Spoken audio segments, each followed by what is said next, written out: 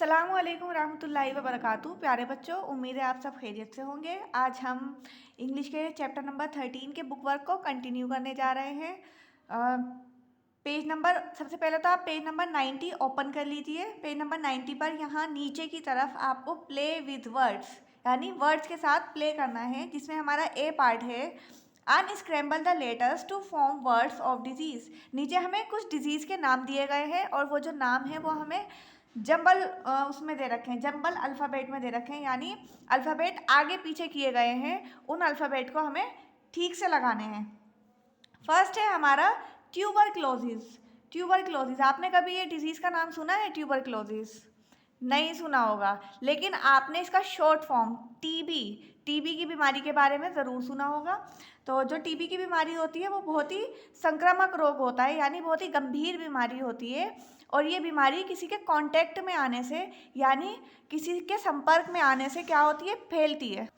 इनकी स्पेलिंग आपको बहुत ही ध्यान से लिखनी है, स्पेलिंग में बिल्कुल भी मिस्टेक नहीं करनी है। तो चलिए शुरू करते हैं। TUBERCULOSIS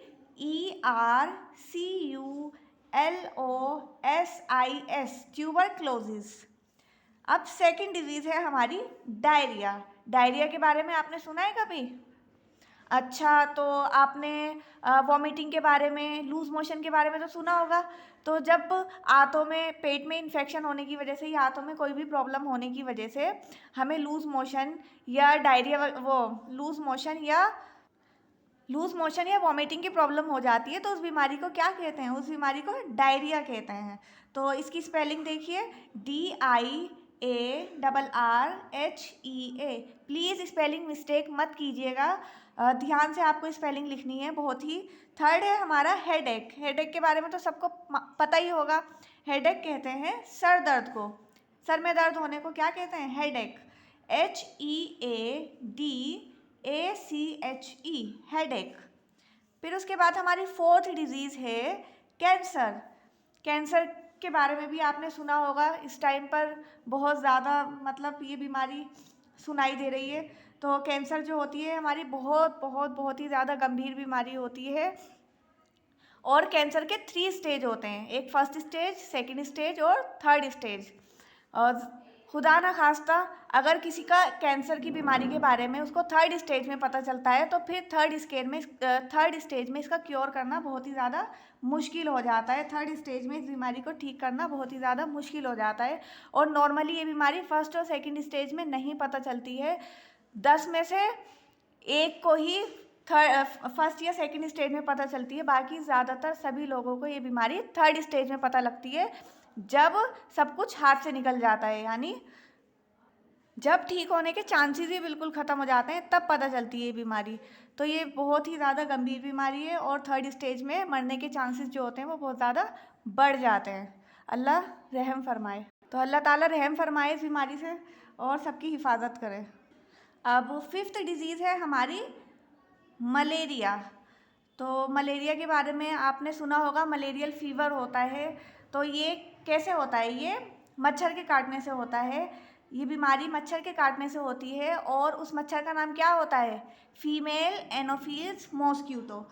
और ये जो मच्छर होता है ये गंदे पानी में पैदा होता है, तो इसीलिए कहा जाता है कि साफ सफाई रखें घर में। तो इसकी स्पेलिंग है MALARIA मलेरिया। अब है हमारी सिक्स्थ डिजीज़ फीवर। फीवर तो बहुत ही कॉमन डिजीज़ है और इसके बारे में तो सबको पता ही होगा। तो इसकी स्पेलिंग है FEVER फीवर। अब चलते हैं नेक्स्ट पार्ट की तरफ। नेक्स्ट है हमारा B part, what do the following people do. नीचे हमें कुछ पिक्चर दी गई हैं, उन पिक्चर को देखकर हमें पहले तो ये आइडेंटिफाई करना है कि ये हैं कौन, और फिर उसके बाद कि ये क्या करते हैं हमें वो भी लिखना है। तो फर्स्ट है हमारा, अगर आप देख सकते हैं तो पीछे एरोप्लेन है और साथ में यहाँ एक आदमी भी खड़ा है। और ये कैसा लग रहा है? एकदम पायलट की तरह लग रहा है, दिख रहा है। तो फर्स्ट हमारा है पायलट। तो पायलट क्या काम करता है? Takes of aeroplanes. एरोप्लेन्स को क्या करता है? उड़ाता है। सेकंड है हमारा, अगर आप इस पिक्चर में देखेंगे तो क्या दिख रहा है कि ये जो आदमी है ये क्या लेकर खड़ा हुआ है? ये इंजेक्शन ले रखा है, इसने हाथ में लिया हुआ है। तो इंजेक्शन कौन लेता है, कौन देता है? इंजेक्शन डॉक्टर के पास होता है। तो ये कौन है हमारा? डॉक्टर। डॉक्टर क्या करता है? डॉक्टर ट्रीट्स इलनेस, बीमारी को, मर्ज को ठीक करता है। अब है हमारा थर्ड। अगर आप पिक्चर में देखेंगे तो देखिए यहाँ पर बहुत सारी बुक्स रखी हुई हैं और एक मैडम बैठी हैं, वो क्या कर रही हैं? तो इससे हमें क्या पता लग रहा है कि ये किस चीज़ की पिक्चर है? ये है लाइब्रेरियन की। लाइब्रेरियन क्या करता है? Librarian issues books. Librarian books को इशू करता है, यानी बुक्स देता है। अब नेक्स्ट है हमारा फार्मर। फार्मर क्या करता है? फार्मर ग्रोज क्रॉप्स, यानी फसल बोता है, अनाज बोता है। अब नेक्स्ट है हमारा फायर एक्सटिंग्विशर। फायर एक्सटिंग्विशर क्या करता है? Extinguishes the fire. अगर कहीं पर आग लग जाती है तो उसको बुझाने का काम करता है। नेक्स्ट है हमारा टीचर। टीचर क्या करती है? Teaches us. टीचर हमें पढ़ाती है। अब है नेक्स्ट ग्रामर फन में हमारा A part, fill in the blanks with adjectives. यहाँ हमें ब्लैंक्स को फिल करना है एडजेक्टिव से। और जो हमारी एडजेक्टिव्स होती हैं वो क्या होती हैं? जो हमारी एडजेक्टिव्स होती हैं वो डिफाइनिंग वर्ड्स होती हैं, यानी वो डिफाइनिंग वर्ड्स होते हैं। वो किसको डिफाइन करते हैं? वो नाउन को डिफाइन करते हैं। और नाउन क्या होती है? नाउन नेम को कहते हैं, किसी भी नाम को नाउन कहते हैं। और जो चीज़ नाउन को डिफाइन करे वो क्या होती है? हमारी एडजेक्टिव। तो फर्स्ट है हमारा it was a beautiful dash day. It was a beautiful rainy day. ये एक खूबसूरत बारिश का दिन था। Second, you have a dash fever. तुम्हें तेज बुखार है। तो हाई जो है ये हमारा क्या है? ये नाउन को डिफाइन कर रहा है, तो ये हमारा एडजेक्टिव है। थर्ड है I have a dash throat. I have a sore throat. मेरे गले में खराश है। तो जो यहाँ नाउन को डिस्क्राइब कर रहा है वो वर्ड क्या है? सोर।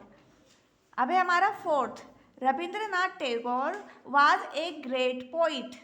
तो यहाँ हमें जो वर्ड डिफाइन कर रहा है यहाँ जो वर्ड डिफाइन कर रहा है नाउन को वो है ग्रेट। ग्रेट कहते हैं महान को, कि जो रविंद्रनाथ टैगोर थे वो महान पोइट थे, महान कवि थे। फिफ्थ है सेली लुक्ड वेरी प्रिटी इन हर न्यू ड्रेस। सेली जो प्रिटी कहते हैं सुंदर को, सेली अपनी न्यू ड्रेस में, उसकी नई ड्रेस में सुंदर दिख रही थी। सिक्स्थ है हमारा please can I have a dash slice of cake. तो यहाँ है little, please can I have a little slice of cake. तो ये जो लिटिल है ये किसको डिफाइन कर रहा है? यहाँ पर नाउन को। और ये लिटिल क्या है? हमारा एडजेक्टिव। तो प्लीज़ क्या मैं एक छोटी सी स्लाइस ले सकती हूँ केक की? अब है हमारा next question, write whether the preceding noun is countable और अनकाउंटेबल। अब सबसे पहले तो ये समझते हैं कि काउंटेबल नाउन क्या होती है और अनकाउंटेबल क्या होती है। काउंटेबल का मतलब होता है कि कोई भी चीज़ जिसे हम काउंट कर सकते हैं, 1 2 3 10 15 20, तो वो हमारी क्या होगी? वो हमारी काउंटेबल नाउन होगी। और कोई भी चीज़ जिसे हम काउंट नहीं कर सकते हैं, जैसे कई सारे, बहुत सारे, या बहुत सारा जूस, या बहुत सारा खाना, तो ये क्या है? ये हमारा अनकाउंटेबल नाउन होगी, जिसे हम काउंट नहीं कर सकते हैं।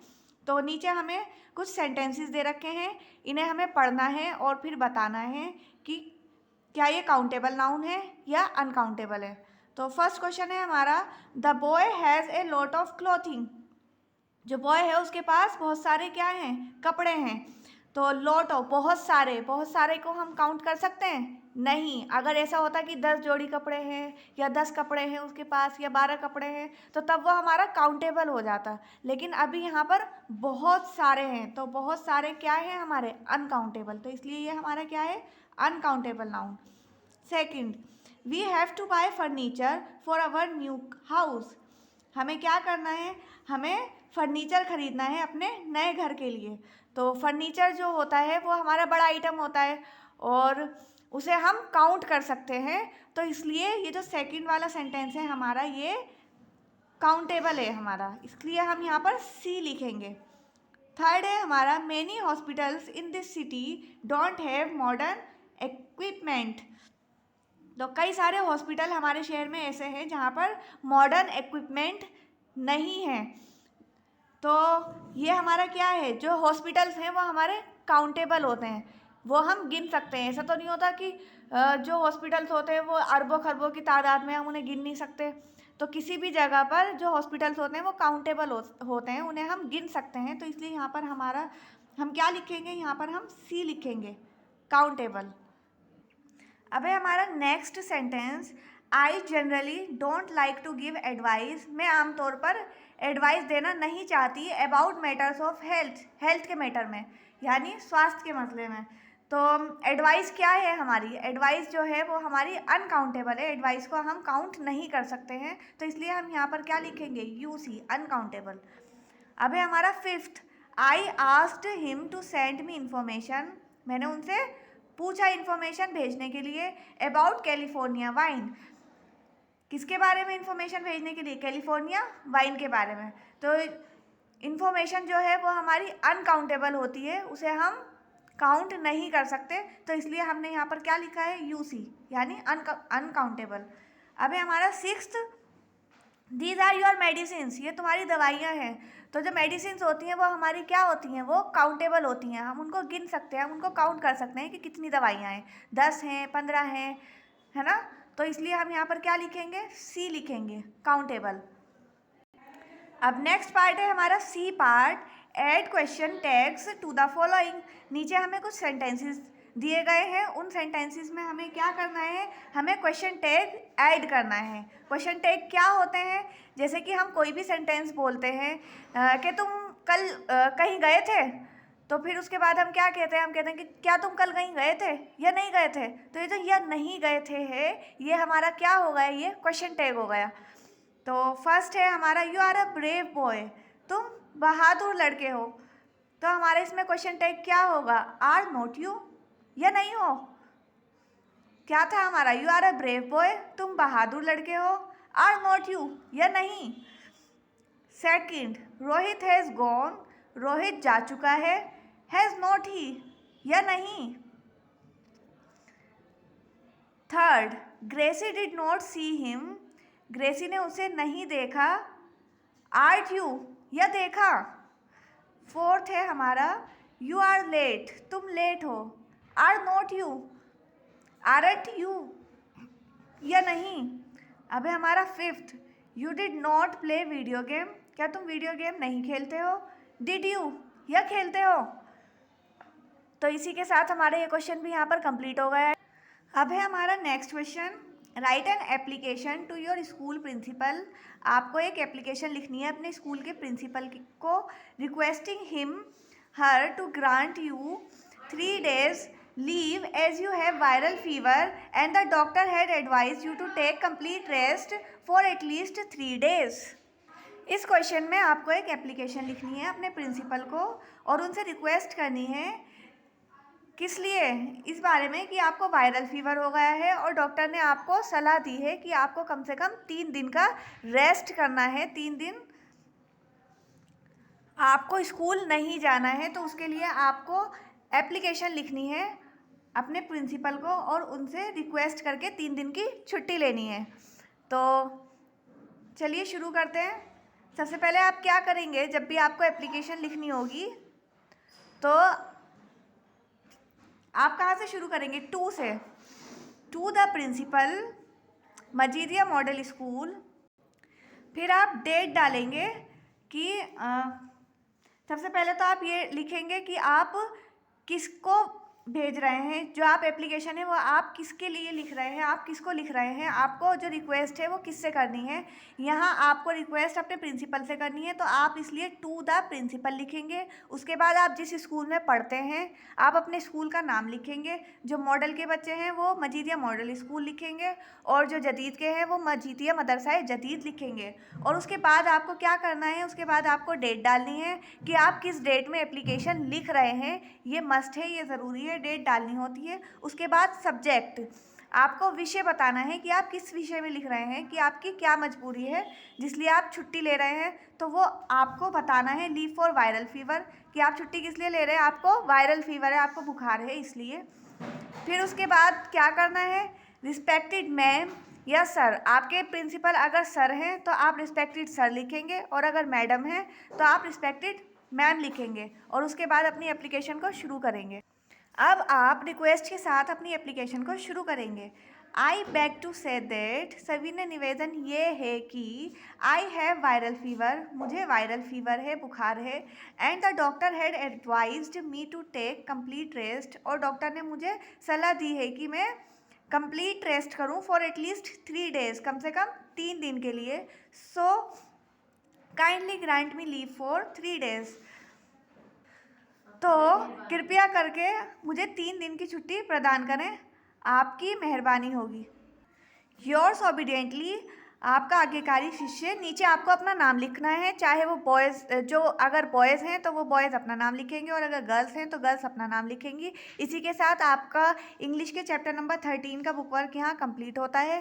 तो नेक्स्ट वीडियो में मिलेंगे। अस्सलाम वालेकुम रहमतुल्लाहि व बरकातुहू।